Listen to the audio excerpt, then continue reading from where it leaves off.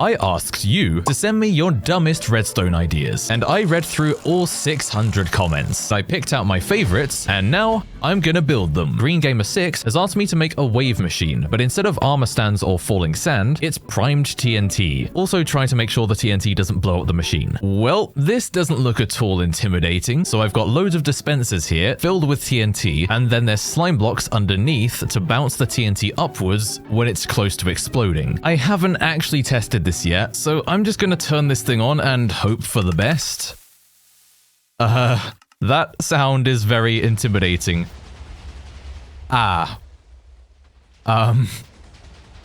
Just give me a minute.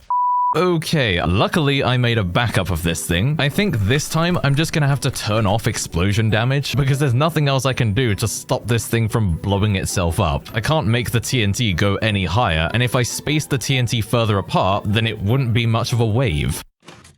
God, the sound of all those dispensers is still really nerve-wracking.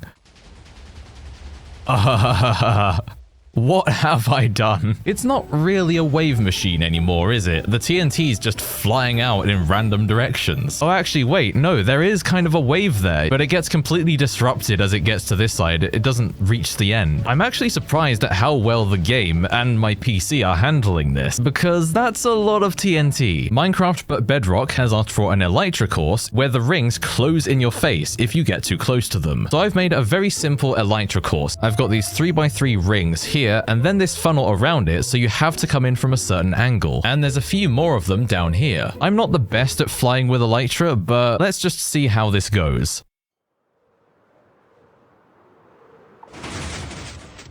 Oh.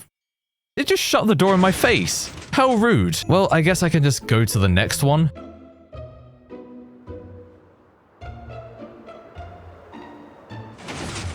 It shut itself in my face again. Ugh, come on, just let me fly through the course.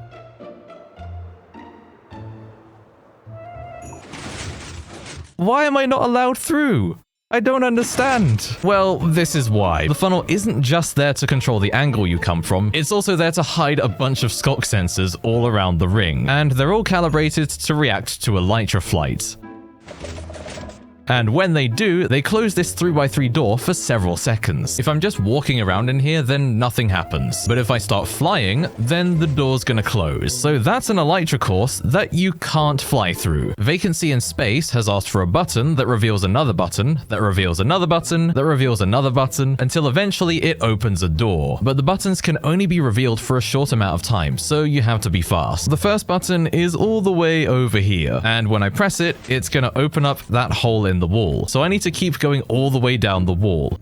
So that's 1, 2, 3, 4, 5, and 6 buttons.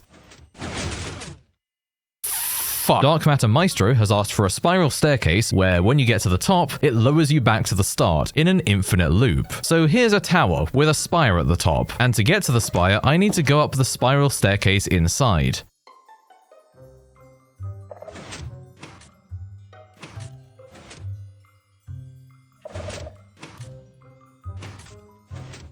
God, this tower's actually taller than I expected. It didn't look that tall from the outside, but it's taking me ages to reach the top. I wonder why. So this one's really simple. There's a sculk sensor behind the wall that's listening out for when you're about to get to the top. And when it hears you, it turns off this redstone torch, which makes these sticky pistons pull the stairs from underneath you, so you fall down. And to make you fall down even faster, there's a slime block piston above your head. Svetku has asked for a door that can't open. That's called a wall. Vital has asked for a 3x3 piston door that doesn't use pistons. Well, without pistons, it's not really a piston door anymore. So I've just used regular doors and trapdoors.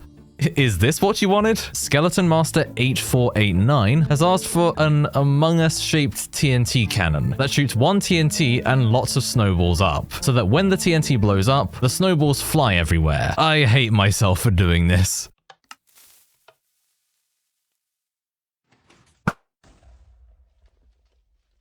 Yeah, why did I spend time on this again? It's just the same thing as the TNT wave machine, but with snowballs and Among Us. Taloncraft 8555 has asked for a 3x3 in Bedrock Edition. That's probably the dumbest idea anyone's ever commented.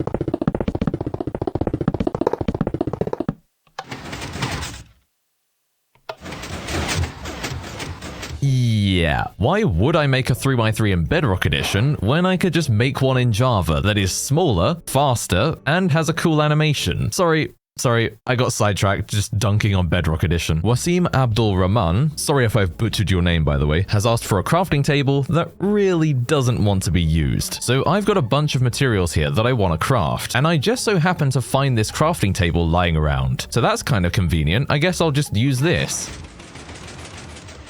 Wait, what? Where'd it go? Why is it over there now? Why is it running away from me? Come back! Where are you going?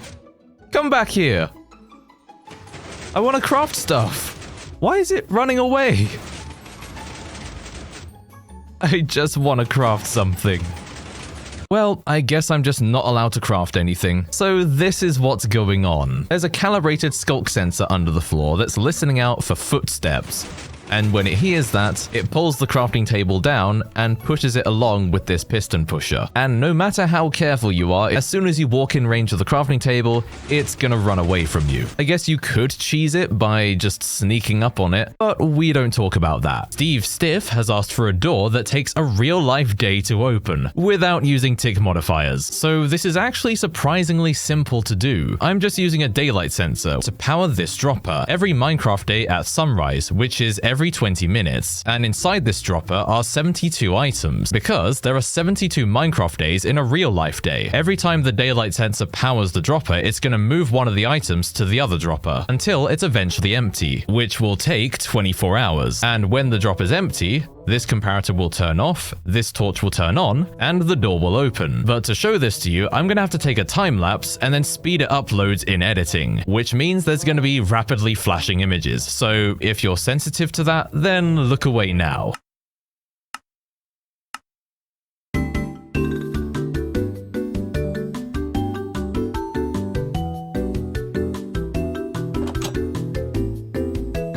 There we go. Finally, after 24 hours, the door is finally open. All 72 items have been emptied out of this dropper and have moved into this one. And now I never have to run this thing again. That Pycho Kid 19 has asked for my head to explode when it gets too many redstone ideas. Well, here's a scale model of my head, and I've written down everybody's ideas from earlier in the video. So if I put all the ideas in this chest, then the hoppers are going to take them and put them inside my head. And now we just have to wait for all that information to sink in. My head! What have you done to my head? All that's left is a hopper and a few bits of my hat. This is what too many dumb redstone ideas does to someone. I think the only way my head's gonna recover from this is if you subscribe. Subscribe.